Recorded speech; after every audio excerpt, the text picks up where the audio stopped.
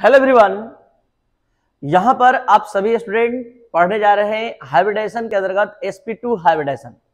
और sp2 hybridisation में जो भी डिफिनेशन या बॉन्ड एंगल्स का स्टडी होता है, आप सभी को हम एक एग्जांपल के माध्यम से इसके डिफिनेशन, बॉन्ड एंगल और percentage of s character and p character के बारे में समझाने जा रहे हैं।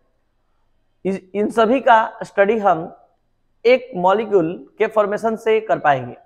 BCl3 में सेंट्रल एटम बोरॉन है जिसका कॉन्फ़िगरेशन होता है 1s2 2s2 2p1। इस बोरॉन का ग्राउंड स्टेट का कॉन्फ़िगरेशन देखने से स्टूडेंट पता चल रहा है कि इसके पास आउटर ऑर्बिट में केवल 1 अनपेयर्ड इलेक्ट्रॉन है, और ये 1 अनपेयर्ड इलेक्ट्रॉन होने के कारण ये BCl3 नहीं बना सकता है। तो हम इसके एक्साइटेड स्टेट पर विचार करते हैं तो 2s का एक इलेक्ट्रॉन निकलकर 2p के सेकेंड ऑर्बिटल में चला जाता है। इस तरह 3 ऐसे ऑर्बिटल प्राप्त होते हैं जो अनपेयर्ड इलेक्ट्रॉन के होते हैं, जिसमें से एक 2s का होता है, एक 2px का और एक 2py का। तो ये है 2s, ये है 2px, ये है 2py, और ये 3 ऑर्बिटल का 3 ऑर्बिटल्स का इंटरमिक्सिंग स्टार्ट होता है। तो ये है 2s, ये है 2px और ये है 2py। ये 3 ऑर्बिटल्स बोरॉन एटम के हैं, और ये इंटरमिक्सिंग के बाद 3 हाइब्रिड ऑर्बिटल स्टूडेंट तैयार करते हैं।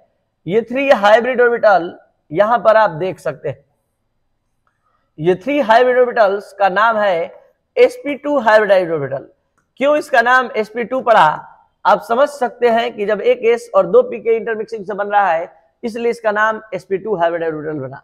और 2 sp2 हाइब्रिड ऑर्बिटल के बीच का बॉन्ड एंगल 120 डिग्री होता है स्टूडेंट, 120 डिग्री।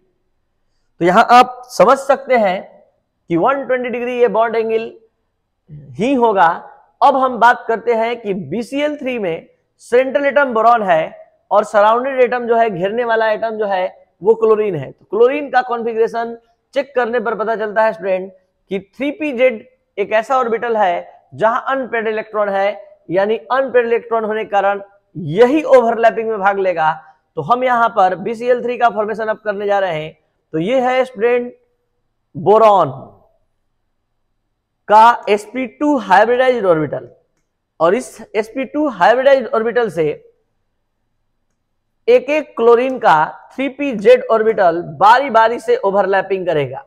जैसे यहां पर देख सकते हैं, ये 3pz ऑर्बिटल बारी बारी से ओवरलैपिंग करके इस तरह से BCl3 का फॉर्मेशन कर दिया।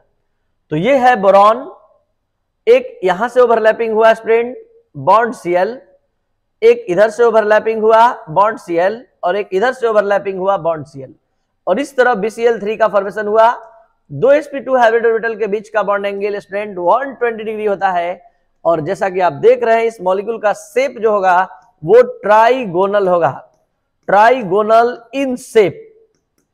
और जहां तक परसेंटेज का सवाल है स्टूडेंट, यहां एक s 2p इन्वॉल्व हुआ है, तो 100 को 3 से डिवाइड करेंगे तो 33.33% s कैरेक्टर और 66.66% p कैरेक्टर होगा। ध्यान देंगे स्टूडेंट, अच्छे से इस बात को समझिए। sp2 हाइब्रिडाइजेशन, यहां पर इस sp2 हाइब्रिडाइजेशन को समझाने के लिए हमने BCl3 मॉलिक्यूल के फॉर्मेशन का सहारा लिया, जिसमें यह देखने को पता चला कि ग्राउंड स्टेट में इसके पास केवल एक अनपेयर्ड था। एक्साइटेड स्टेट में 2s का एक इलेक्ट्रॉन निकलकर 2p के दूसरे ऑर्बिटल में चला गया, और इस तरह 3 ऐसे ऑर्बिटल प्राप्त हुए जो अनपेयर्ड इलेक्ट्रॉन के थे, जो आपस में इंटरमिक्स होकर 3 sp2 हाइब्रिड ऑर्बिटल का फॉर्मेशन किए। ये सब sp2 हाइब्रिड ऑर्बिटल है स्टूडेंट, जिससे क्लोरीन का 3pz ऑर्बिटल ओवरलैपिंग करके BCl3 का फॉर्मेशन करता है।